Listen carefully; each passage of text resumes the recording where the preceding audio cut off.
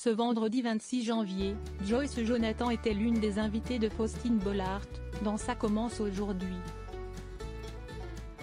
La chanteuse a longuement évoqué les troubles du comportement alimentaire dont elle a souffert pendant de nombreuses années, et dont elle est désormais libérée.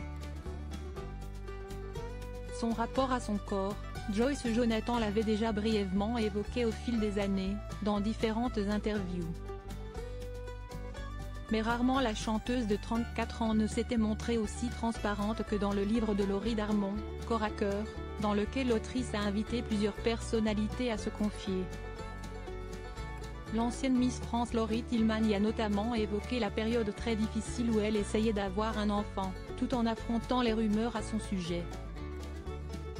Je te passe les moments où l'on m'annonçait ma propre grossesse, alors que ça faisait peut-être 2 ans que j'essayais d'avoir un enfant, et que ça ne marchait pas, a-t-elle notamment déclaré.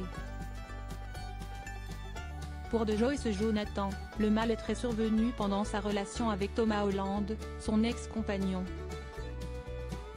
Quand je ne le vois pas, je m'affame. Quand je le vois, je me nourris à peu près normalement, a confié celle qui affirme qu'elle menait une double vie.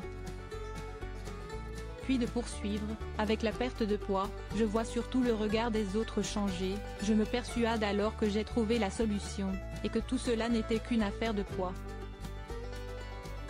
Joyce Jonathan libérée, elle se confie sur la plateau de Faustine Bollaert. Invitée sur le plateau de Ça commence aujourd'hui, ce vendredi 26 janvier, Joyce Jonathan est revenue sur cette période douloureuse.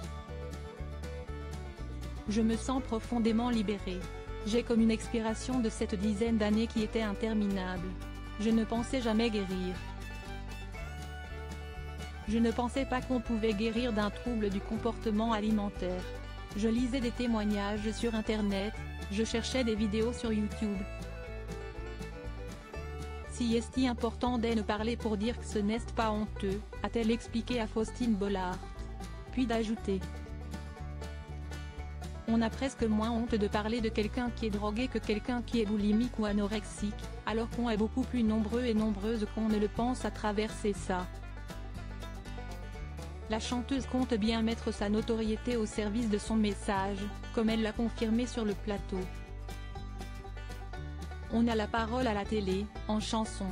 J'ai toujours chanté mes sentiments, mes expériences. C'était inévitable pour moi d'en parler parce que ce n'est plus un sujet tabou, a-t-elle confié. Un témoignage très fort.